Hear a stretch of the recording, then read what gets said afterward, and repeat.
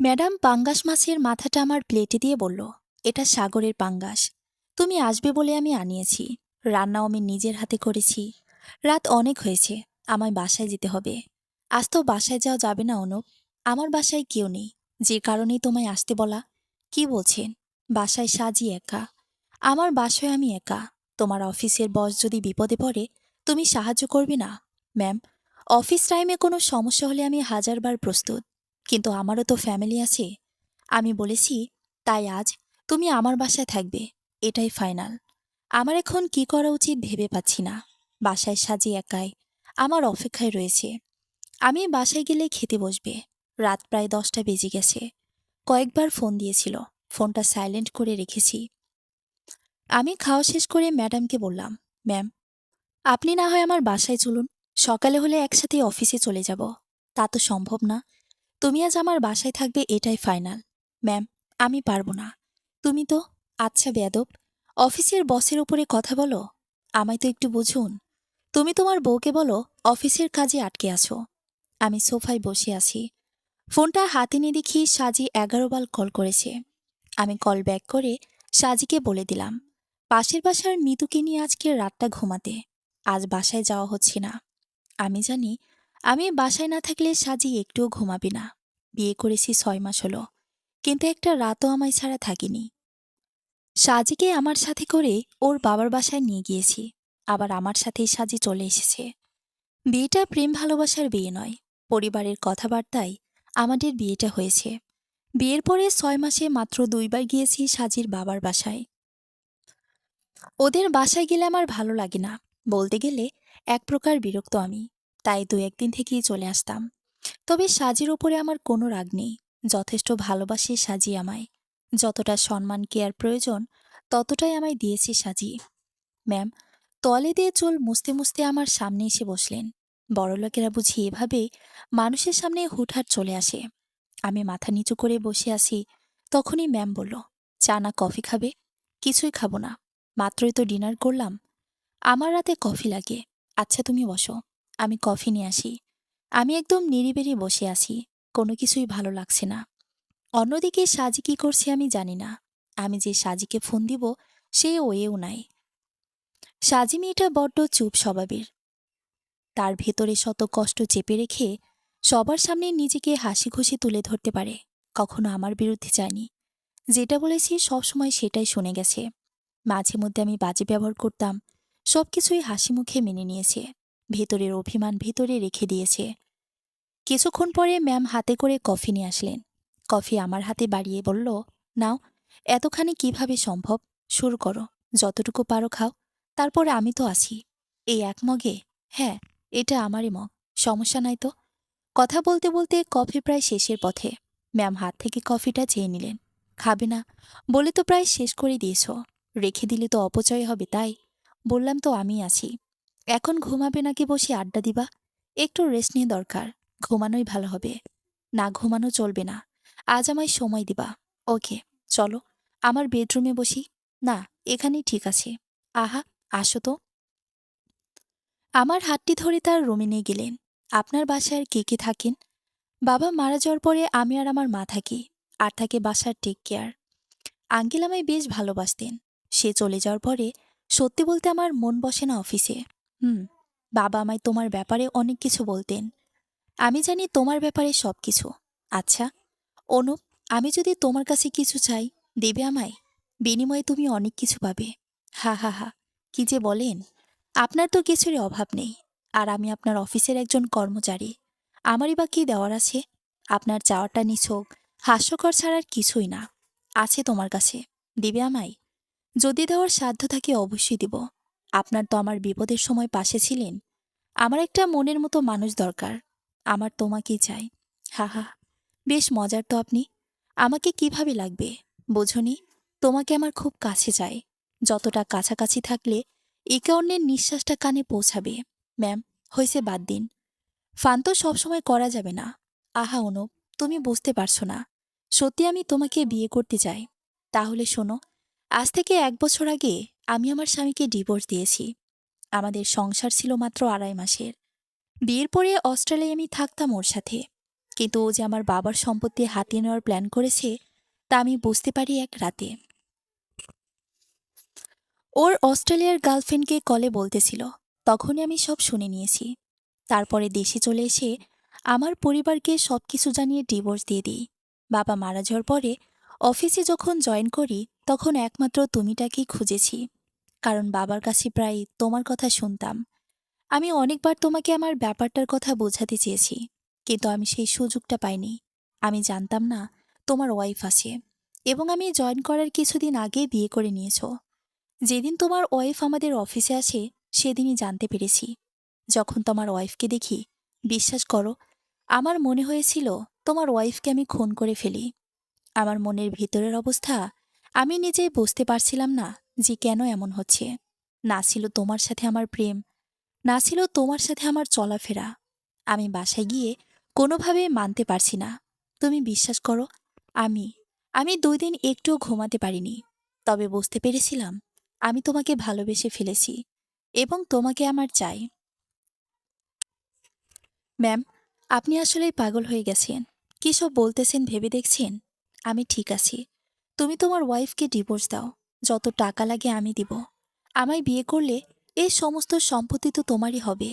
আমার এক মুহূর্তে এখানে থাকা ঠিক হবে না। আমি বাসায় চলে যাচ্ছি। অনুপ, তুমি যদি আজ বাসায় চলে যাও, আমি একটা কিছু করে বসবো। আমার ঘুমানো দরকার। কোন রুমে ঘুমাবো? রুমটা দেখিয়ে দিন। আমার পাশের রুমেই ঘুমাবে। তবে আমার কথা বলা শেষ হয়নি। ম্যাম, প্লিজ, প্লিজ, আমার ভালো লাগছে না। এমনিতে আজ সারাদিন অফিসে প্রেশারের উপরে রাখছেন। ফার্দার যদি কখনো আমায় নিয়ে কিছু বলেন, আমি চাকরিটা রিজাইন দেব। তার সাথে কথা বলেই পাশের রুমে চলে গেলাম। ম্যাম বিছানার উপরে মাথা নিচু করে বসে আছে। রুমে গিয়ে সাজিকে ফোন দিলাম। সাজি, কি করো? এই তো শুয়ে আছি, ঘুম আসছে না। খাইছো তুমি? না। খিদে পেলে খাবো। এখনও না খেয়ে আছো? যাও, খেয়ে ঘুমিয়ে পড়ো। আর আমি ভোরে বাসায় আসব। সাজির সাথে কথা বলে বসে আছি। ম্যামের কথাগুলো শুনে আমার মাথা ধরে আছে। শেষ পর্যন্ত আমায় এভাবে বলবে বুঝতে পারিনি। যদি বুঝতাম তাহলে আর এই বাসায় আসতাম না। অফিসে বসে আমায় তার কাছে রেখে কাজ করাতেন। তার ফাইলগুলো আমারই চেক আপ করতে হতো। কিন্তু কেন এমন করতো এখনই বুঝতে পারলাম। রাত 2:30টার দিকে বুকের উপরে ভারী কিছু অনুভব করলাম। ঘুমের ঘোরে ভাবলাম সাজি আমার বুকের ওপরে। আমি আরো ভালো মতো জড়িয়ে ধরলাম। পরক্ষণেই মনে হলো আমি তো বাসায় নেই। চোখ মেলে তাকিয়ে দেখি ম্যামকে জড়িয়ে ধরে রেখেছি। সিঁড়ি দিয়ে উঠতে যাব, ম্যাম আমায় আরো শক্ত করে ধরে রেখেছে। কিছু বলতে যাব, তখনই ম্যাম তার ঠোঁট দিয়ে আমার মুখ বন্ধ করে দিয়েছে। আমার এখন কি করা উচিত বুঝতে পারছি না। ধাক্কা দিয়ে ম্যামকে সরিয়ে দিলাম। এসব কি? বলেছি না আমি তোমাকে চাই। যেভাবেই হোক তোমাকে আমার করে নিব। রুমের ড্রিম লাইটের আলোতে আমি ম্যামকে স্পষ্টভাবে দেখতে পাচ্ছি। সে তার চোখের ইশারায় বলছে তাকে আমার কাছে টেনে নিতে। সে আমার গলা ধরে বসে আছে। তাকে সরাতে যখনই যাব, সে আমাকে আরো শক্ত করে জড়িয়ে নিয়েছে। কানের কাছে ফিসফিস করে বলল, কিছু পেতে হলে কিছু দিতে হয় জানো না? আমি আমার সর্বস্ব তোমাকে বিলিয়ে দেব। বিনিময়ে তোমাকে আমি তার ঠোঁটে আমার আঙ্গুল চেপে ধরে। ম্যামের এমন জঘন্য আচরণ দেখে নিজেকে আর কন্ট্রোল রাখতে পারলাম না। ধাক্কা দিয়ে সরিয়ে দিয়ে উঠে দাঁড়ালাম। ম্যাম আবার আমার দিকে হাত বাড়িয়ে আমাকে ছুতে চাইলেই তার গালের উপর ঠাস করে একটা চড় মেরে দিলাম। চড়টা এতই জোরে ছিল যে ম্যাম টাল সামলাতে না পেরে বিছানার উপর পড়ে গেল। আমি আর এক মুহূর্তের জন্য ওখানে দাঁড়ালাম না। দ্রুত পায়ে হেঁটে বাসা থেকে বেরিয়ে পড়লাম। ম্যাম আমাকে পেছন থেকে কয়েকবার ডাকলেন, কিন্তু আমি সেদিকে কান দিলাম না। বাসার সামনে এসে মনে পড়ল যে এখন তো অনেক রাত, ভোর হতে এখনো অনেক বাকি আছে। এত রাতে বাসায় ঢোকা ঠিক হবে না। সাজি ভাববে হয়তো কোনো সমস্যা হয়েছে। অযথায় চিন্তা করবে মেয়েটা। আর ওকে যদি সবকিছু খুলে বলি তাহলে অনেক কষ্ট পাবে। তাছাড়া এখন ওর ঘুমে ডিস্টার্ব করাও ঠিক হবে না।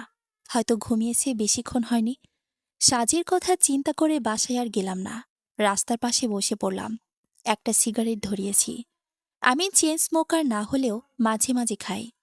কোথা থেকে একটা কুকুর এসে পাশে বসল। ওর সাথে অনেকক্ষণ নিজের মনের কথা বলে গেলাম। জানি না ও বুঝতে পেরেছে কিনা, কিন্তু ও খুব মজা পাচ্ছে বুঝতে পারলাম। মাঝে মাঝে লেজ নাড়ছে। ওর মাথার হাত বুলিয়ে ওর সাথে গল্প করতে করতে রাত শেষ হয়ে ভোর হলো। বাসায় গিয়ে ফ্রেশ হয়ে বিছানায় গায়ে এলিয়ে দিলাম। সাজি রান্নাঘরে চলে গেল। সাজির মুখটা বেশ শুকনো লাগছে। রাতে হয়তো ভালো মতো ঘুম হয়নি ওর। ওর মুখে হাসি না দেখলে যেন কেন ভালো লাগে না। তাই আর শুই না থেকে রান্নাঘরে গিয়ে ওকে জড়িয়ে ধরলাম পেছন থেকে। কিন্তু সাজি কোনো রিয়্যাক্ট করলো না। এমনিতে তো এতক্ষণে কয়েক শত বকার মার শুরু হয়ে যেত। এখন মন খারাপ, তাই চুপ করে আছে। আমার লক্ষ্মী বউটার কি হয়েছে? কই কি হয়েছে? এই যে মন খারাপ করে আছে। আরে না, ঠিক আছি আমি। তাহলে এভাবে সাইলেন্ট মোডে কেন? এভাবে ধরে আছো, ভালো লাগতেছে তাই। কিন্তু এভাবে গম্ভীর হয়ে থাকাটা আমার ভালো লাগছে না। কি হয়েছে বলো আমায়? আর বাবা, কিছুই না। আমি সাজির সামনে গিয়ে দুহাত দিয়ে ওর গাল দুটো ধরলাম। আমার দিকে তাকাতে পারছে না। চোখের কোণে পানি চিকচিক করছে। এখনই গড়িয়ে পড়বে। কি হয়েছে তোমার পাখি? কাঁদছ কেন এইভাবে? জানি না আমি। আমি তোমাকে ছাড়া থাকতে পারি না। এই কথা। একটা রাত শুধু বাইরে ছিলাম, তাতে এত অভিমান? অভিমান কিনা জানি না। একটা রাত, জাস্ট কয়েকটা ঘন্টা তুমি আমার কাছে ছিলে না, তাতে আমার এত কষ্ট হচ্ছে। যদি কখনো তোমাকে হারিয়ে ফেলি, তাহলে আমি মরেই যাব। সাজের কথা শুনে বুকের ভেতর ধক করে উঠল। এমন কেন হলো জানি না। তবে মনে হচ্ছে যে সাজির জন্য মায়া কয়েকগুণ বেড়ে গিয়েছে। সাজিকে শক্ত করে জড়িয়ে ধরলাম। সাজি আমার বুকে মুখ লুকিয়ে কাঁদছে। কোথাও যাব না তোমাকে ছেড়ে। কান্না করো না প্লিজ। সাজি চোখ মুছিয়ে রান্নায় মনোযোগ দিল। অফিসে গিয়ে রিজাইন দিয়ে আসলাম। আর ম্যাডামের নাম্বারটাও ব্লক করে দিয়েছি। এ অফিসে আর জব করব না। অন্য কোথাও খুঁজে নেব। যে কোনো পোস্টে হোক। বেতন কম হোক, কোনো অসুবিধে নেই। আমার সাজি তো ভালো থাকবে। বাসায় না গিয়ে বাইরে ঘুরলাম। আর কয়েকটা বন্ধুকে ফোন করে জব খোঁজার কথা বললাম। সাজিকে এখনই এসব কিছু জানাতে চায় না। বিকেল এক বন্ধুর সাথে দেখা করলাম। হঠাৎ একটা আননোন নাম্বার থেকে কল আসলো। পিক করলাম না, কিন্তু বারবার দিচ্ছিল। কোনো আর্জেন্ট হতে পারে ভেবে এক প্রকার বিরক্ত হয়ে ফোন তুললাম। হ্যালো অনুপ। ম্যামের ভয়েস শুনে সাথে সাথেই কল কেটে দিলাম। সে আর কল দিল না। একটা মেসেজ করলো, তুমি যদি আমার সাথে 1 ঘন্টার মধ্যে আমার অফিসে দেখা না করো, আমি কিন্তু তোমার বাসায় চলে যাব। আর সেটা নিশ্চয়ই তোমার আর তোমার ওয়াইফের জন্য ভালো হবে না। মেজাজটা প্রচণ্ড খারাপ হয়ে গেল। কিন্তু কিছু করার নেই, আমার যেতে হবে। না হলে বাসায় গিয়ে কি সিন ক্রিয়েট করবে জানি না।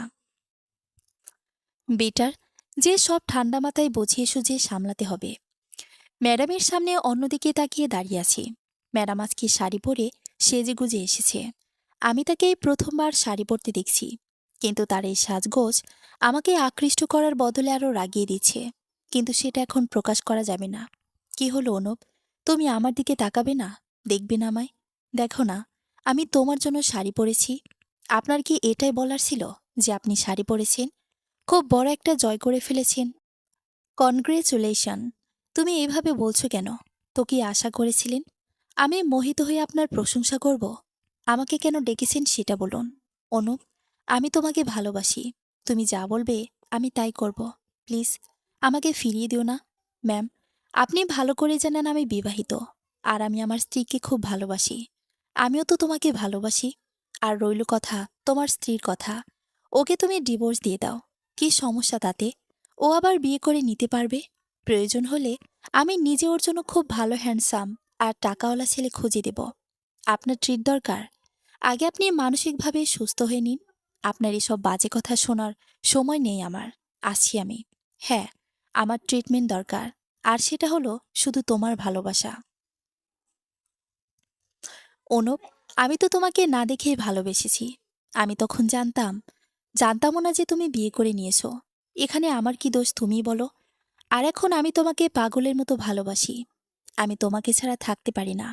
আমার সব বিস্ময় লাগে যখন তুমি দূরে থাকো। তোমায় না দেখলে অস্থির হয়ে যায়। তোমার প্রেমে এতটাই অন্ধ হয়েছি, এতটা ভালোবাসায় আটকে গেছি যে মৃত্যু ছাড়া এখান থেকে বেরিয়ে আসা সম্ভব না। আমি নিজেকে অনেকবার বোঝানোর চেষ্টা করেছি, but I am failed. Please, বোঝো আমায়। প্লিজ। ম্যাডাম আমার সামনে হাত জোর করে কাছে আর কথাগুলো বলছে। আমি এখন কি রিয়্যাক্ট করব ঠিক বুঝতে পারছি না। চুপ করে চলে আসতে যাচ্ছিলাম, কিন্তু ম্যাম আমার পা জড়িয়ে ধরলেন। কেঁদে কেঁদে বললেন, প্লিজ, এত কঠিন হইও না। আমি কালকের ব্যবহারের জন্য লজ্জিত। ক্ষমা করে দাও আমাকে। আমি তোমাকে ওইভাবে কাছে পেতে চেয়েছিলাম। হয়তো রাস্তাটা ভুল ছিল, কিন্তু বিশ্বাস করো, আমার ভালোবাসা এক বিন্দুও ভুল নয়। আমি তোমাকে আমার চেয়েও বেশি ভালোবাসি। ভিক্ষা চাইছি তোমায়। Please Anup, please. ম্যামের হাত ছাড়িয়ে চলে আসলাম। কোনো কিছু বলিনি। ওখান থেকে বেরিয়ে সোজা বাসায় চলে আসলাম। সাজি দরজা খুলেই প্রতিদিনের মতো জড়িয়ে ধরল। চোখ বন্ধ করে রাখলাম কিছুক্ষণ। ওকে জড়িয়ে থাকলে আমার সব দুশ্চিন্তা দূর হয়ে যায়। রাতে খাওয়া দাওয়া করে শুতে যাব তখনই ফোনে একটা মেসেজ আসলো। মেসেজটা ম্যামের নাম্বার থেকে এসেছে। লেখা ছিল, কাল থেকে অফিস জয়েন করবে। আশা করি তুমি জানো যে আমি কতটা পাগল তোমার জন্য। যে কোনো কিছু করতে পারি, যে কোনো কিছু। উফ, এই মেয়েটা আমাকে পাগল বানিয়ে দেবে। বুঝতে পারছি না এখন আমার কি করা উচিত। ম্যাডাম যদি বাসায় চলে আসে তাহলে নানা রকম সমস্যা হয়ে যাবে। আর সব থেকে বড় কথা, সাজিয়ে ব্যাপারটা নর্মালি নিতে পারবে না। মুখে না বললেও ভেতরে ভেতরে পড়বে। তাই এই ব্যাপার থেকে ওকে যতটা পারি দূরে রাখাই বেটার। কাল অফিসে যাওয়াটাই আমার কাছে ঠিক মনে হলো। পরদিন যথারীতি অফিসে গেলাম। ম্যাডামকে আমার কেবিনের সামনে দাঁড়িয়ে থাকতে দেখলাম, কিন্তু আমি তার দিকে একবারও না তাকিয়ে নিজের কেবিনে ঢুকে গেলাম। সেও আমার পেছন পেছন গেল। আমার সাথে একা একা কথা বলল, কিন্তু আমি একটা কথাও বলিনি। উল্টে এমন ভাব করেছি যে রুমে আমি ছাড়া আর অন্য কেউ নেই। কিছুক্ষণ পরে নিজেই চলে গেল। কিছুক্ষণ পরে আমাকে তার কেবিনে ডাকলো, কিন্তু আমি গেলাম না। পরে নিজে এসে আবার একা একা কথা বলে গেল। আমি কানে হেডফোন গুঁজে দিয়ে নিজের মনে কাজ করে গেলাম। কিছুক্ষণ পরে সাজি কল করে বলল ওর শরীরটা খারাপ লাগছে, আমি যেন তাড়াতাড়ি বাসায় যাই। উঠে চলে আসতে যাব, তখনই ম্যাম আমার পথ আগলে দাঁড়ায়। কি হলো, কোথায় যাচ্ছ? সেটা আপনাকে কেন বলতে যাব? কারণ আমি এখন তোমার অফিসের বস, আর আমার পারমিশন ছাড়া তুমি যেতে পারো না। আপনার আচরণ তো বসের মতো নয়। আপনাকে দেখে মনে হচ্ছে আমার দারোয়ান, তাই অনুমতি চেয়ে আপনাকে লজ্জায় ফেলতে চায় না। ভালোবাসি বলে এত অবহেলা, এত অপমান। যদি এতেই তোমার শান্তি হয় তো করো, কিন্তু এখন তুমি যেতে পারবে না। মানে, আমি এখনই যাব। আর এখানে আপনার মতামতের কোনো প্রয়োজনীয়তা আর গুরুত্ব কোনোটাই নেই। বুঝতে পেরেছেন? হুম, বুঝতে পেরেছি। বাট তুমি বুঝতে পারছো না। শোনো, তুমি যদি এখন যাও তাহলে তোমার সো কল্ড ওয়াইফকে এই ছবিটা দেখাবো। তখন ওর কেমন লাগবে বলো তো? ম্যাডাম সেদিন রাতের একটা ছবি আমাকে দেখালেন, যখন সে আমার বুকের ওপর ছিল আর আমি ঘুমের ঘোরে চোখ বন্ধ করে অবস্থায় তাকে সাজি ভেবে জড়িয়ে ধরেছিলাম। ওহ গড, এই ছবিটা সাজি দেখলে খুব কষ্ট পাবে আর আমাকে ভুল বুঝবে। ও বিলিভ করবে না যে এটা আমি জেনে বুঝে করিনি। ছবিটা আমি এমনিতেই তুলেছিলাম। তোমার সুন্দর ঘুমন্ত মুখের মায়ায় ডুবে গিয়েছিলাম, তাই মুহূর্তটাকে ক্যামেরাবন্দি করেছিলাম। তখন বুঝতে পারিনি এইটা এইভাবে কাজে আসবে। দেখুন ম্যাম, সাজির শরীর খারাপ, আমাকে যেতে হবে। প্লিজ, আপনি আমাকে ব্ল্যাকমেইল করবেন না। এসব করে আপনি কিছুই পাবেন না। কারণ জোর করে ভালোবাসা হয় না, বরং ঘৃণা বাড়ে। এত কিছু আমি জানি না, আমি তোমাকে ভালোবাসি এটাই জানি। আর তুমি আমাকে ভালোবাসবে। তার জন্য আমার যা যা করতে হয় করব। দরকার হলে তোমার সাজিকে খুন করে ফেলব। তুমি আমার না হলে অন্য কারো না। মেজাজ কন্ট্রোল করতে না পেরে গালে জোরে একটা থাপ্পড় বসিয়ে দিলাম। Just shut up. সাজি কিনারে একটাও বাজে কথা বললে জিপ টেনে ছিঁড়ে ফেলব। সামনে থেকে ধাক্কা মেরে সরিয়ে দিয়ে বাসায় চলে গেলাম। উফ, এই মেয়েটাকে আর সহ্য করা যাচ্ছে না। ইচ্ছে করছে খুন করে ফেলি, কিন্তু সেটা করলে তো সমস্যা কমবে না, আরও বাড়বে। ধুর, বাসায় গিয়ে সাজিকে কোথাও খুঁজে পেলাম না। আশ্চর্য, দরজা খোলা রেখে কোথায় চলে গেল? আরও নাকি শরীর খারাপ। কোথায় গেল? কোনো সমস্যা হলো না তো? হঠাৎ দেখে কে যেন পেছন থেকে জড়িয়ে ধরেছে। বুঝলাম এটা সাজি। পেছন ঘুরে দেখলাম সাজি সুন্দর করে শাড়ি পরে আর হালকা সেজে আমার দিকে ড্যাব ড্যাব করে তাকিয়ে আছে। কপালে বাঁকা টিপ আর চোখের কাজল দেখে মনে হচ্ছে চোখগুলো যেন একটা মহাসাগর, যেখানে অজস্র মায়া ভেসে বেড়াচ্ছে। অনায়াসে ডুব দেওয়া যায় তাতে। টিপটাও সোজা করে পড়তে পারো না? তুমি আছো কি করতে তাহলে? সে না হয় বুঝলাম, কিন্তু তোমার কি হয়েছে? আমাকে যে বললে শরীর খারাপ, আর এতক্ষণ কোথায় ছিলে? সাজি আমার গলা জড়িয়ে আরেকটু কাছে এসে বলল, ওটা তো বাহানা ছিল। সারাদিন একা একা বাসায় বসে তোমাকে মিস করি, একটু ভালো লাগে না আমার, তাই মিথ্যা বলে বাসায় ডেকেছি। আর জানালা থেকে তোমাকে আসতে দেখে দরজা খুলে রেখে লুকিয়ে পড়েছি। এমন করে কেউ? বোঝো না আমার চিন্তা হয়? হলে হোক, আমারও মন খারাপ হয়। হুঁ, একটা ভেঙচি কেটে চলে গেল। কি আজব মেয়ে রে বাবা, নিজে বাসায় ডেকে আবার একজন নিজেই চলে গেল। তবে ও যে আমাকে খুব ভালোবাসে এটা ভেবে আনমনে হেসে দিলাম। পাগলি। বিকেলে সাজিকে নিয়ে ঘুরতে বের হয়েছি। সারা বিকেল ঘোরাঘুরি করে রাতে একসাথে ডিনার করে বাসায় ফিরলাম। ফ্রেশ হয়ে সাজিকে বাসায় রেখে আমি সিগারেট খাওয়ার জন্য বের হয়েছি। মিনিট 10 পরে বাসায় গিয়ে দেখলাম সাজি বিছানার উপর বসে আছে, ফোন হাতে নিয়ে কি যেন দেখছে আর চোখ মুছছে। চোখের কাজল লেপটে গালে লেগে গেছে। আমি তাড়াতাড়ি গিয়ে সাজের পাশে বসিয়ে চোখের পানি মুছে দিতে গেলাম, কিন্তু সাজি আমার হাত ছড়িয়ে দিল। এই প্রতিদান দিলে? এতটা বিশ্বাসঘাতকতা! সাজি কি হয়েছে বলবে তো আমায়? সাজি ওর ফোনটা আমাকে দেখালো। ম্যাম ওকে হোয়াটসঅ্যাপে সেই ছবিটা পাঠিয়েছে, সাথে অনেক মেসেজও দিয়েছে যে তার সাথে আমার নাকি সম্পর্ক আছে, আর সাজি যেন আমাকে ছেড়ে চলে যায়। সাজি ছবিটা দেখে বিশ্বাস করেছে। ছবিটা দেখলে কেউ বিশ্বাস করবে। আমি এখন সাজিকে কি করে বোঝাই কি ভুল ছিল আমার অনুপ? যদি তুমি অন্য কাউকে ভালোবেসে থাকো, তাহলে আমার সাথে এই অভিনয়টা কেন? এই বেলি ফুলের মালা কিসের জন্য? এই চুড়িগুলো কেন? সাজি প্লিজ, আমার কথাটা শোনো। তুমি যা ভাবছো তা নয়, ব্যাপারটা অন্যরকম। প্লিজ, আর অভিনয় নয়। সাজি কাছে আর হাতের কাচের চুড়িগুলো ভাঙছে। ওর হাত রক্তাক্ত হয়ে গেছে। আমি সামলাতে পারছি না আর না বোঝাতে পারছি। পরে বাধ্য হয়ে একটা থাপ্পড় মারলাম। কি হয়েছে তোমার? হ্যাঁ, শুনবে তো আমার কথা? এমন পাগলামি করছো কিসের জন্য? এই চুড়িগুলো আমার বিশ্বাসের সাথে জুড়ে ছিল। যখনই সেটাই ভেঙে গেছে তো এগুলো রেখে আর কি হবে? সাজি আমার, অনু প্লিজ। সাজি আমার সামনে হাত জোর করলো। আমি কিছু বলতে যাব, কিন্তু সুযোগ না দিয়ে অন্য রুমে গিয়ে দরজা লক করে দিল। আমি অনেকবার ডাকলাম, কিন্তু দরজা খুলল না। জানালা দিয়ে দেখলাম ফ্লোরে বসে কাঁদছে। কাঁদতে কাঁদতে ফ্লোরে ঘুমিয়ে পড়েছে। আমি কি করব বুঝতে পারছিলাম না। দরজার সামনে বসে রইলাম সারা রাত। ভোরের দিকে একটু ঘুমিয়ে পড়েছিলাম। ঘুম ভাঙার পরে দেখলাম দরজা খোলা, কিন্তু সাজি কোথাও নেই।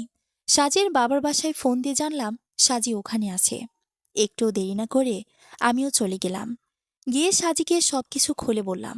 ও প্রথমে শুনতে চায়নি, কিন্তু অনেক কষ্টে বুঝিয়েছি। ওর বাবার বাসায় দুদিন থেকে বাসায় চলে আসলাম। এই কদিনে সিনহা ম্যামের সাথে একবারও কথা হয়নি। সবকিছু থেকে ব্লক করে দিয়েছি। ভেবেছি ওই কোম্পানিতে আর জব করব না। বন্ধুদের আগেই বলে রেখেছিলাম, তাই অল্পের মধ্যে একটা জবও পেয়ে গেলাম। আর বাসাটাও ছেড়ে দিয়েছি। আজ অফিসের দ্বিতীয় দিন। নতুন জয়েন করেছি অফিসে, তাই কাজের প্রেশার একটু বেশি। তাও এত ব্যস্ততার মধ্যে সাজির সাথে বেশ কয়েকবার কথা বললাম। ওর সাথে কথা বলে সব ক্লান্তি আর কষ্ট ভুলে যায়। রাতে সাজির জন্য একটা নীল শাড়ি আর নীল চুড়ি নিয়ে বাসায় গেলাম। বাসায় গিয়ে দেখলাম সবগুলো দরজা খোলা। একটু অবাক হয়ে জোর পায়ে হেঁটে বেডরুমে গেলাম। গিয়ে যা দেখলাম তাতে এক মুহূর্তের জন্য মনে হলো আমার শরীর থেকে প্রাণ বেরিয়ে গেছে। হাত পা জমে গেছে সব। সাজি রক্তাক্ত হয়ে বিছানার উপর পড়ে আছে। সাজি কেমন রক্তাক্ত অবস্থা দেখে আমি হিতাহিত জ্ঞানশূন্য হয়ে গেলাম। কি করা উচিত ভেবে পাচ্ছিলাম না। আমার চিৎকার শুনে এরই মধ্যে বাসায় লোকজন জড়ো হয়ে গেছে। তারা তড়িঘড়ি করে সাজিকে হসপিটালে নিয়ে গেল। আমিও সাথে সাথে গেলাম। টানা 2 ঘন্টা অপারেশন চলল, কিন্তু ডক্টররা সাজিকে বাঁচাতে পারল না। আমি সাজির পাশে গিয়ে ওর হাত ধরে বসেছিলাম। কতক্ষণ ছিলাম জানি না। আমার শুধু মনে হয়েছে সাজির কষ্ট হচ্ছে, আর আমি ওর হাত ধরে রাখলে নাকি ওর সব কষ্ট দূর হয়ে যায়। তাই আমি ওর হাত ছাড়িনি। সিনহাকে দেখে হুঁশে ফিরলাম। ওই মেরেছে আমার সাজিকে। দৌড়ে গিয়ে ওর গলা টিপে ধরলাম। তুই মেরেছিস আমার সাজিকে না? আজকে তোকে আমি মেরেই ফেলব। আমার হাত থেকে তোকে কেউ বাঁচাতে পারবে না। অনুপ ছাড়ো আমায়। আমি কিছু করিনি। ইনফ্যাক্ট আমি এসব জানতামও না। আমি তো একটু আগে শুনেই দৌড়ে এসেছি। হসপিটালের লোকজন আমাকে ছাড়িয়ে নিল। না হলে আজ সত্যি আমি ওকে খুন করে ফেলতাম। চুপ কর নাটকবাজ মেয়ে। তুই সেদিন বলেছিলি যে আমার সাজিকে মেরে ফেলবি, আর আজ সেটা করে দেখালি। ও জাস্ট শ্যাট আপ। এসব ভুলভাল বকো না তুমি, ওকে? আমি যদি তোমাকে পাওয়ার জন্য ওকে খুন করি, সেটা বোকামি ছাড়া কিছুই না। কারণ এরকম করলে তুমি আমাকে আরো বেশি ঘৃণা করবে। আর তাছাড়া আঘাত করে তোমাকে আমি কখনোই পেতে চাইনি। আমি তোমার ভালোবাসা পেতে চেয়েছিলাম, যেটা পাইনি। চুপ কর। তোর এসব আজে বাজে কথা আমি শুনবো না। আমি তোকে পুলিশে দেব। তারপর কি হলো আমার মনে নেই। চোখ খুলে নিজেকে হসপিটালের বেডে আবিষ্কার করলাম। আমি এখানে কেন? কি হয়েছিল আমার? আর সাজি কোথায়? না, না, আমার এখনই সাজির কাছে যেতে হবে।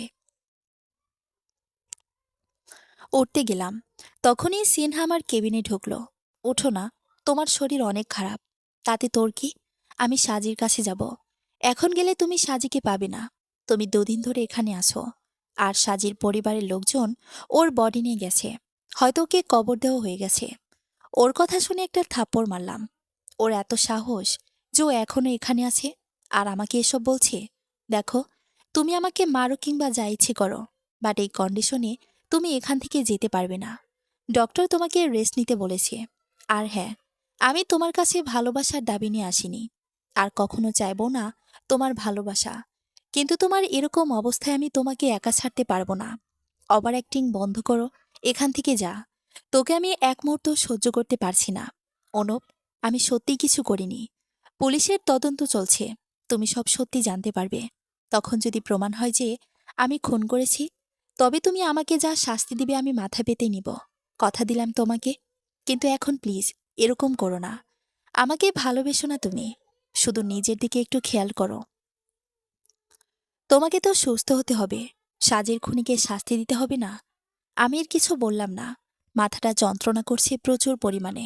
উফ, মাথায় হাত দিয়ে চুল টানছি। যন্ত্রণায় পাগল হয়ে যাচ্ছি। সিনহা বুঝতে পেরে একটা ওষুধ দিল। আমি কিছু না বলে ওষুধটা খেয়ে নিলাম। তোমাকে একটা অনুরোধ করি, তুমি প্লিজ আর স্লিপিং পিল খেও না। ডক্টর বলেছে রেগুলার খাওয়ার কারণে তোমার নার্ভ এবং কিডনিতে এফেক্ট করেছে। এজন্য তুমি সেন্সলেস হয়ে গিয়েছিলে। আর মাথা ব্যথাও এজন্যই হচ্ছে। এটা যদি না কমাতো, তোমার কিডনি ড্যামেজ হয়ে যেতে পারে। আমি চূড়ান্ত মাত্রায় অবাক হয়ে সিনহার দিকে তাকালাম। স্লিপিং পিল খেও না মানে? আমি কখন স্লিপিং পিল খেলাম? তাও আবার রেগুলার? আর কেনই বা খাবো? আমার না কোনো ডিপ্রেশন আছে, আর না ঘুমের প্রোব আছে। আমার তো ঘুম ক্লিয়ারই। ফাইজলামোর একটা লিমিট থাকে। আমি কোনো স্লিপিং পিল খাই না। আমি ফাইজলামি করছি না, ডক্টর বলেছে। আর এই যে দেখো রিপোর্ট। আমি রিপোর্ট দেখলাম। সিনহার কথা আসলে সত্যি।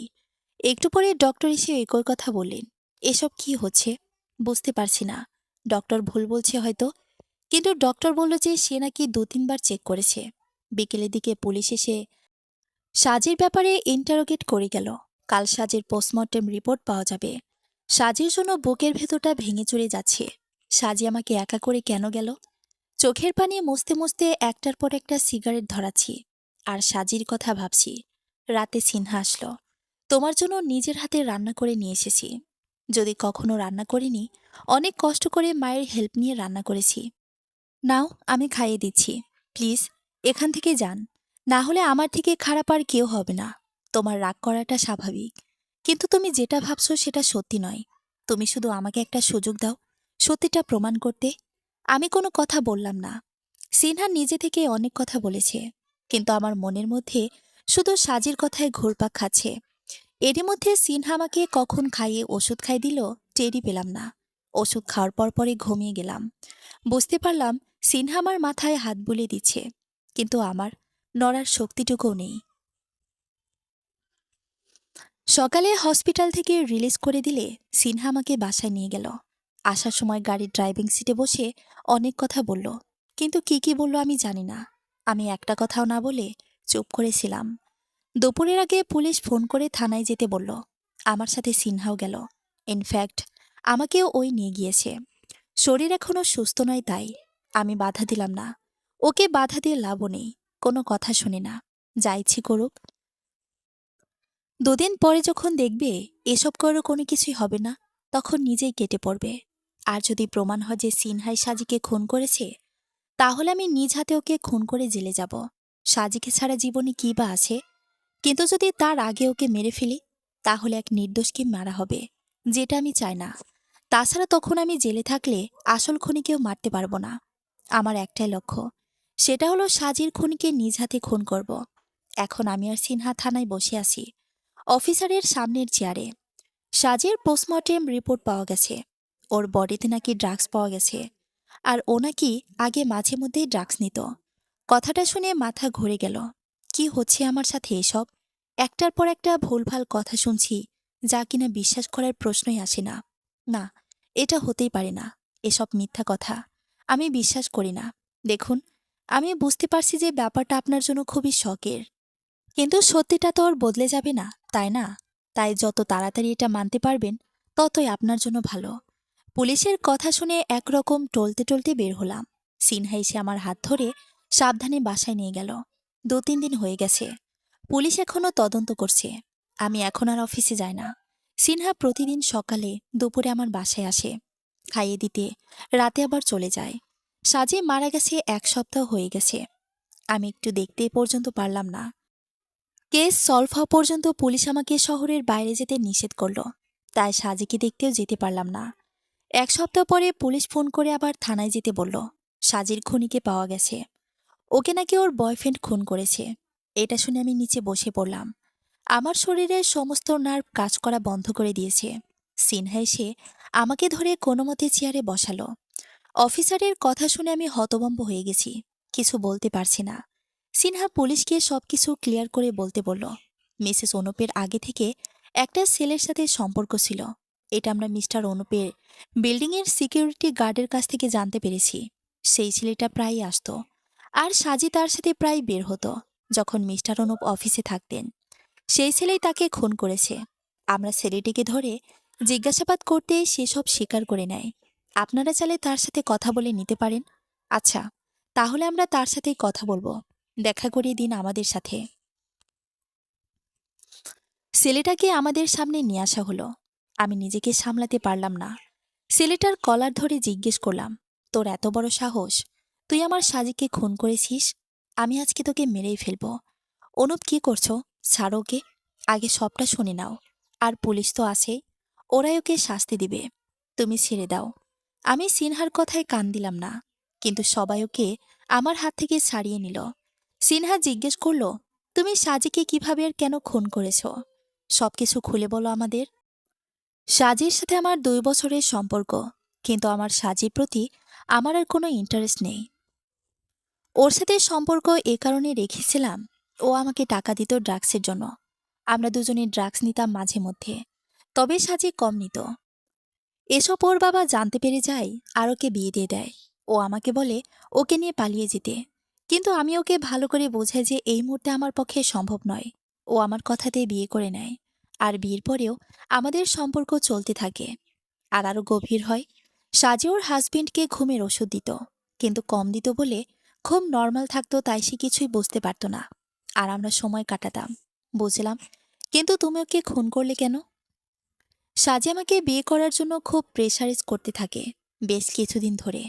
ওনাকে অনুপের সাথে অভিনয় করতে করতে হাঁপিয়ে গেছে। আমি যেন ওকে নিয়ে পালিয়ে যাই। আমি বিরক্ত হয়ে গিয়েছিলাম। মেজাজ কন্ট্রোল করতে না পেরে খুন করে দেই। না, সব মিথ্যে। এটা হতে পারে না। আমি একটা কথাও বিশ্বাস করি না। তখন পুলিশ একটা সিসি ক্যামেরার ফুটেজ দেখালো, যেটাতে সাজিকে স্পষ্ট দেখা যাচ্ছে কোথায় যেন যাচ্ছে, কিন্তু সাথে তো কেউ নেই। সাজি একা বের হচ্ছে। পুলিশকে এটা জিজ্ঞেস করতে সে বলল, অ্যাকচুয়ালি আপনার ওয়াইফ যথেষ্ট ইন্টেলিজেন্ট ছিল, তাই সে বয়ফ্রেন্ডের হাত ধরে বের না হয়ে তার পেছনে যেত, যাতে কেউ বুঝতে না পারে আর সিসি ক্যামেরার রেকর্ড না হয়। কিছু দূর এগিয়ে এক হতো দুজন, কিন্তু এটা তার মিস ফরচুন যে সিকিউরিটি গার্ড কয়েকদিন তাকে দেখে ফেলেছে। আমি কিছু বলার ভাষা হারিয়ে ফেলেছি। তবে কি সাজি সত্যি এমনটা করেছে? যদি না করত, তাহলে আমাকে না বলে কোথাও যেত না। এমন নয় যে একবার গিয়েছে, বেশ কয়েকবার গিয়েছে। আর তাছাড়া সবাই আমাকে মিথ্যা কেন বলবে? কিন্তু সাজিকে অবিশ্বাস করব কিভাবে? ও আমার সাথে সত্যি এসব করেছে, ঠকিয়েছে আমাকে। উফ, আমি আর ভাবতে পারছি না। মাথাটা ভারী হয়ে গেছে। চুপ করে হাঁটা শুরু করলাম। পুলিশ স্টেশন থেকে বেরিয়ে রাস্তায় চলে আসলাম। হঠাৎই অনুভব করলাম কেউ আমার হাত ধরে জোরে টান দিয়েছে। টাল সামলাতে না পেরে তার উপরে গায়ের উপরে পড়ে গেলাম।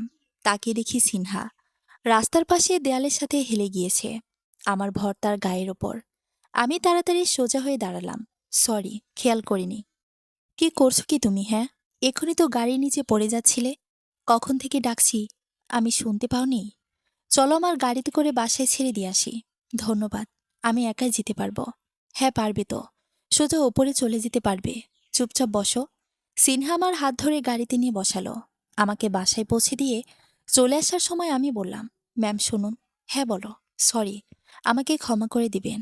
আমি আপনাকে না বুঝিয়ে অনেক কথা বলে ফেলেছি। ম্যাম একটু হেসে চলে গেলেন, কিছুই না বলে। সন্ধ্যার পরে ছাদের উপর বসে সিগারেট টানছিলাম। তখন সিনহা এসে হাত থেকে সিগারেটটা নিয়ে ফেলে দিল। তার জন্য চোখের জল কেন ফেলছো? যে ঠকিয়েছে, যে তোমাকে ভালোই বাসিনি, তার জন্য কেন কাঁদছ তুমি? ম্যাম, আমাকে একটু একা থাকতে দিন প্লিজ। আমার ভালো লাগছে না। না, দিব না। একা থাকতে যদি এভাবে মুখে ডিপ্রেশনের ছাপ লাগিয়ে রাখো। দেখো অনুপ, জীবনে যাকে সবচেয়ে বেশি ভরসা করবে সেই ধোকা দিবে। আর যাকে অবহেলা করবে, দেখবে দিন শেষে সেই আগলে রাখবে। তাই মুখ ভার না করে থেকে তার জন্য হাসো যে তোমার জন্য কাঁদে, তার জন্য বাঁচো যে তোমার জন্য মরতে পারে, তার জন্য নয় যে মুখের হাসি কেড়ে নেয়, বাঁচার আশা ভেঙে দেয়। ওহো, আমি পারবো না। অনুপ, আমি বলছি না তুমি আমাকে গ্রহণ করো, কিন্তু তোমাকে এভাবে দেখতে আমার মোটেও ভালো লাগছে না। তুমি প্লিজ স্বাভাবিক জীবনে ফিরে আসো। আমি তোমার কাছে কিচ্ছু চাইব না, ভালোবাসাও না। তুমি শুধু নর্মাল হয়ে যাও প্লিজ। ম্যাম, আপনি এখন যান। আপনি এইভাবে যখন তখন আমার বাসায় আসা যাওয়া করলে লোকজন নানান কথা বলতে শুরু করবে। তাই আপনি এখানে না আসলেই ভালো। আমার জীবনে আমি একাই বাঁচব। হুম, তা তো হবে না। তুমি যতদিন ঠিক না হচ্ছ ততদিন আমি তোমার কাছে আসব। তাতে লোকে যা বলুক বলুক, আমি তোমার জন্য আমার প্রাণটাও দিয়ে দিতে পারি।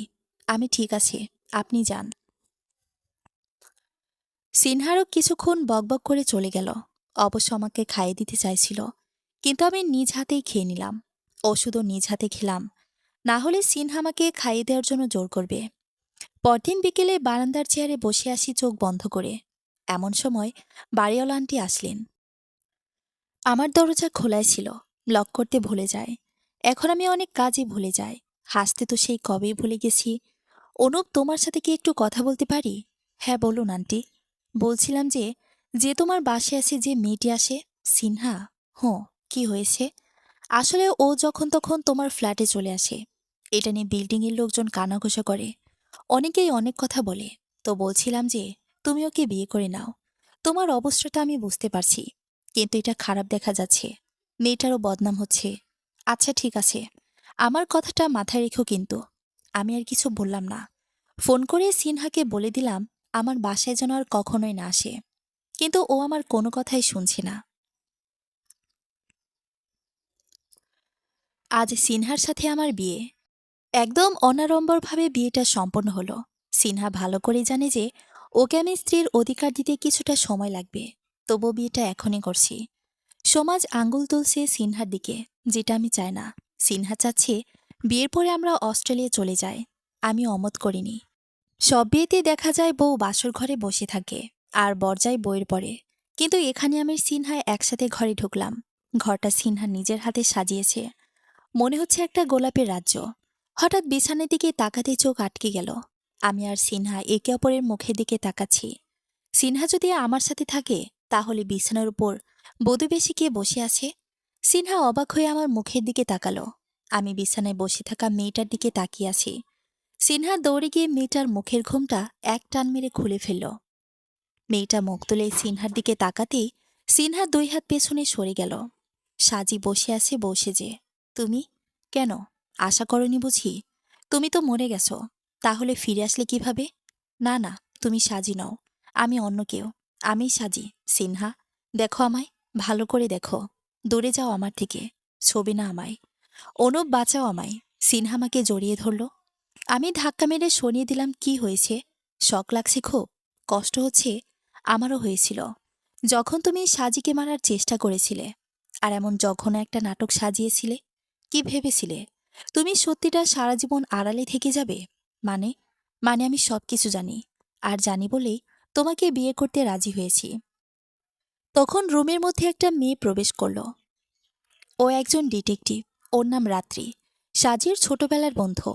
আমাদের পাশের ফ্ল্যাটে এসেছে কয়েকদিনের জন্য। ও কি জানো তুমি? আর কোনো সত্যির কথা বলছো? কি হলো? তুমি এত ঘামছো কেন? আর তোতলাচ্ছই বা কেন?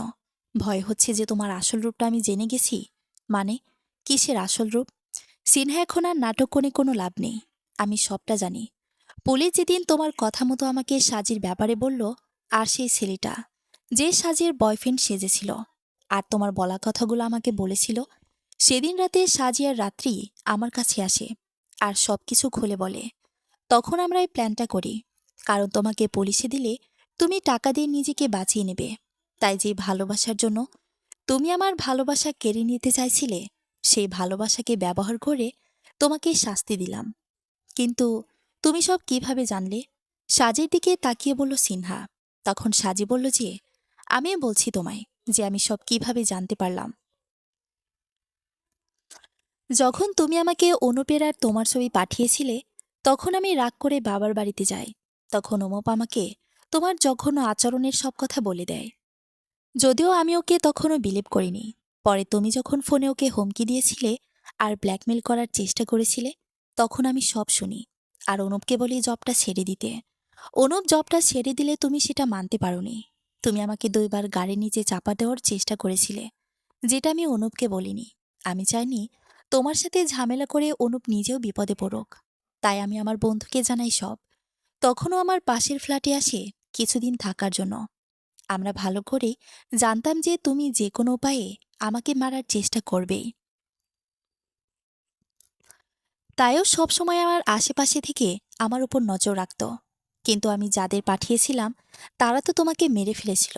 তুমি বেঁচে গেলে কি করে? একটু ভুল হয়ে গেছে। ওরা আমাকে মারতে এসেছিল ঠিকই, কিন্তু আমার বন্ধু ওদের ধরে ফেলে। তবে আমাকে আঘাত করেছিল, যার জন্য ব্লিডিং হচ্ছিল। আর এটা আমাদের প্ল্যানের অংশ ছিল। তবে আমি তখন সম্পূর্ণ জ্ঞানেই ছিলাম। কিন্তু ডক্টরকে বলা হয়েছিল যাতে আমাকে মৃত ঘোষণা করে। এটা একটা কেসের ব্যাপার। আর অন্য একটা লাশ পুলিশকে দিয়ে দেয়। পুলিশ টাকার লোভে মিথ্যা পোস্টমর্টেম রিপোর্ট দেয়। আর আমার সুস্থ হতে কিছুটা সময় লাগে। আর ততদিনে তুমি আমার নামে মিথ্যা একটা গল্প তৈরি করলে। যদি এটা তোমার আগেই বানানো ছিল। আর অনুপকে কোনো ঘুমের ওষুধ দেওয়া হতো না। তুমি ওকে 2 দিন অজ্ঞান করে রেখেছিলে। আর ডক্টরকে দিয়ে একটা মিথ্যা গল্প বানালে। আর রাত্রি সবটা খুঁজে বের করতে এতদিন সময় লেগে যায়। ও সবার আগে সেই ছেলেটাকে খুঁজতে থানায় যায়। কিন্তু পুলিশ তো সেই ছেলেকে ছেড়ে দিয়েছে। তখন ওকে খুঁজে বের করে সব জিজ্ঞেস করলে ছেলেটা ভয়ে সবকিছু বলে দেয়। আর যেহেতু সাজি বেঁচে আছে মানে আমি, তাই পুলিশের পোস্টমর্টেম রিপোর্টও মিথ্যে। তাই পুলিশের আর কোনো রাস্তা নেই নিজের অপরাধ স্বীকার করা ছাড়া। হা হা হা। এত কিছু করে তো কিছুই হলো না সাজি। অনুপ তো এখন আমার স্বামী। আর ওকে তুমি কোনোদিনও পাবে না। বোকা মেয়ে, তুমি এতটাই এক্সাইটেড ছিলে যে বিয়ের পেপারসগুলো যে নকল সেটাও দেখনি। কোনো বিয়েটি হয়নি তোমার সাথে অনুপের। হোয়াট? হ্যাঁ, বিলিভ না হলে পেপারসগুলো নিজেই দেখে নাও। সিনহা পেপারসগুলো দেখেই নিচে বসে পড়ল। এত বড় ধোঁকা? না, এটা ধোঁকা নয়। বরং তুমি জোর করে অন্যের ভালোবাসা কেড়ে নিতে চাইছিলে, যেটা কোনোদিনও সম্ভব নয়। অনুপ যদি তোমাকে চাইতো তাহলে আমি নিজে ওকে ছেড়ে চলে যেতাম। কিন্তু যতদিন ও আমাকে ভালোবাসে ততদিন আমি প্রাণ দিয়ে হলেও আমার ভালোবাসা আগলে রাখব। সিনহা কাছে ওকে আমরা চাইলে পুলিশের হাতে তুলে দিতে পারতাম, কিন্তু সাজি ওকে ক্ষমা করে দিল। শুনুন ম্যাম, আপনাকে ছেড়ে দিচ্ছি ঠিকই, কিন্তু কোনোদিনও ক্ষমা করতে পারবো না। আপনি জানেন না, আপনি আমার কলিজায় হাত দিয়েছেন। আমাকে মারার চেষ্টা করলে হয়তো করে দিতাম ক্ষমা। আজ শুধুমাত্র সাজি বলেছে বলে আপনাকে আমি ছেড়ে দিয়েছি, কারণ আমার মানসিক অবস্থা ঠিক নয়। আপনি জানেন না, যখন সাজিকে এ অবস্থায় দেখেছিলাম আমার কি অবস্থা হয়েছিল। যখন শুনলাম সাজি আর বেঁচে নেই, তখন মনে হয়েছিল কেউ যেন আমার প্রাণটাই বের করে নিয়েছে। আমি যেন অনুভূতিহীন হয়ে গিয়েছিলাম। আমার সাথে কি হচ্ছে বা আমি কি করছি কিছুই বুঝতে পারছিলাম না কদিন। আমার মস্তিষ্ক কাজ করা বন্ধ করে দিয়েছিল। সিনহাকে ওর মা চিকিৎসার জন্য দেশের বাইরে পাঠিয়ে দিয়েছেন। ওর মানসিকভাবে সুস্থ নয়। ওর হাজবেন্ড ওকে ছেড়ে দেওয়ার পরে ও প্রচণ্ডভাবে ভেঙে পড়েছে। ডিপ্রেশন আর একাকিত্বের জন্য একগুঁয়ে জেদি আর কিছুটা সাইকো টাইপের হয়ে গেছে। নিজের যেটা প্রয়োজন সেটা পাওয়ার জন্য যে কোনো পর্যায়ে যেতে পারে। আর এটা ওর মা আমাদের বলেছে। আর সিনহাকে যেন ক্ষমা করে দেই তার জন্য অনুরোধ করেছেন।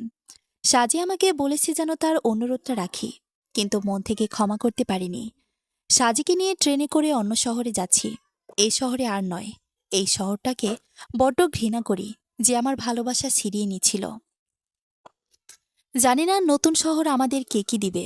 সাজি জানালা থেকে বাইরের দিকে তাকিয়ে বাইরের পৃথিবীর সৌন্দর্য দেখছে। আর আমি আমার পৃথিবীর সৌন্দর্য দেখছি। সাজি দেখছে বাতাসে গাছের দোল খাওয়া, আর আমি দেখছি সাজির চুলের দোল খাওয়া। সাজি দেখছে আকাশের কালো মেঘ, আমি দেখছি ওর চোখের গাঢ় কাজল। সাজি দেখছে অস্তমিত সূর্য, আর আমি দেখছি কপালের টিপটা। সাজি দেখছে নদীর ঢেউ খেলে যাওয়া, আমি দেখছি ওর ঠোঁটের প্রশস্ত হাসি। জানি না কোনটা বেশি সুন্দর। সমাপ্ত।